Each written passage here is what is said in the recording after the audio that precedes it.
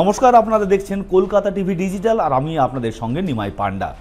বহুল চর্চিত supplementary list, নির্বাচনের যে ভোটার তালিকায় যে সাপ্লিমেন্টারি লিস্ট তা মধ্যরাতে প্রকাশিত হচ্ছে। আর সেই প্রকাশের 24 ঘন্টার মধ্যে এমন এক নজিরবিহীন ঘটনা ঘটতে চলেছে এদেশের ইতিহাসে, যা রীতিমতো চাঞ্চল্য তৈরি করেছে। তা হলো এই জ্ঞানেশ কুমারের অপসারণের জন্য ইমপিচমেন্ট নোটিশ জারি করতে চলেছে ইন্ডিয়া জোট, এবং এর জন্য যে সংখ্যক স্বাক্ষরের প্রয়োজন হয় লোকসভা এবং রাজ্যসভার সাংসদদের, তার থেকে বেশি সংখ্যক স্বাক্ষর সংগ্রহ হয়েছে বা সই সংগ্রহ হয়েছে বলে জানা যাচ্ছে।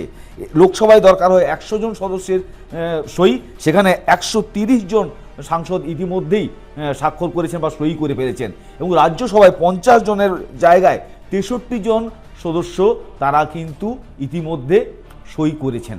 অর্থাৎ 193 জন এই ইমপিচমেন্ট বা অপসারণের যে নোটিশের দাবিতে তারা স্বাক্ষর করেছেন, যা কিন্তু যা প্রয়োজন, যে যত সংখ্যক স্বাক্ষর প্রয়োজন তার থেকে অনেক বেশি। ফলে জ্ঞানেশ কুমার, যাকে নিয়ে সারা দেশে তোলপাড় এসআইআর চালু হওয়ার পর থেকে বিশেষ করে, এবং মূলত তৃণমূলের পক্ষ থেকে কিন্তু এর আগে বা বিহারে যখন এসআই হওয়ার সেখানেও বিরোধীরা, কংগ্রেস বা বিরোধী যারা দল রয়েছে বা নেতারা রয়েছেন, তারা অভিযোগ করছেন যে জ্ঞানেশ কুমার তিনি নিরপেক্ষভাবে কাজ করছেন না, তিনি বিরোধীদের কথা শুনছেন না, এবং তিনি কার্যত এক পক্ষের হয়ে রাজনৈতিক স্বার্থে কাজ করছেন।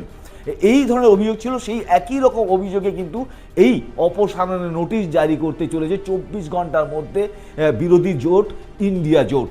এবং বাংলার ভোট যে শুধুমাত্র এখন ইভিএম মেশিনে আটকে নেই, তা যে একেবারে সংসদে পৌঁছে গিয়েছে, এর আগে যে আদালতেও তার মামলা চলছে, এবার সংসদে পৌঁছে যাচ্ছে। এবং যদি অপসারণ হয় ভোটের আগে, ঠিক বাংলার ভোটের আগে, তাহলে কিন্তু এটা একটা বড় সড়ো একটা ঘটনা ঘটবে, এবং ভোটের আগে সিইসি বা চিফ ইলেকশন কমিশনার দেশের, তার অপসারণ হলে সেই জায়গা ভ্যাকেন্ট হয়ে যাবে এবং ভোট করা নিয়ে সমস্যা তৈরি হতে পারে নির্বাচন কমিশনের। তবে যা নজিরবিহীন সেটা হচ্ছে যে এই নোটিশ প্রথমবার এরকম ভারতের ইতিহাসে, নির্বাচনী ইতিহাসে এরকম প্রথমবার ঘটতে চলেছে, যেখানে এই বহুল চর্চিত যে সাপ্লিমেন্টারি ভোটার লিস্ট প্রকাশের 24 ঘন্টার মধ্যেই একেবারেই সংসদ তোলপাড় হতে চলেছে, এবং যদি অপসারণ নিশ্চিত করতে চাইছে তৃণমূল সহ ইন্ডিয়া জোটের অন্যান্য শরিকরা, তাহলে কিন্তু একটা নজিরবিহীন ঘটনা ঘটবে। এবং কার্যত তৃণমূলের দাবি যে প্রায় নিশ্চিত করে ফেলা হয়েছে, যে সংখ্যক সাংসদদের স্বাক্ষর, তার থেকে বেশি সংখ্যক সাংসদ এই অপসারণের নোটিশে সই করেছেন। আরও খবর জানতে আপনারা দেখুন কলকাতা টিভি ডিজিটাল, রাত দিন 7 দিন।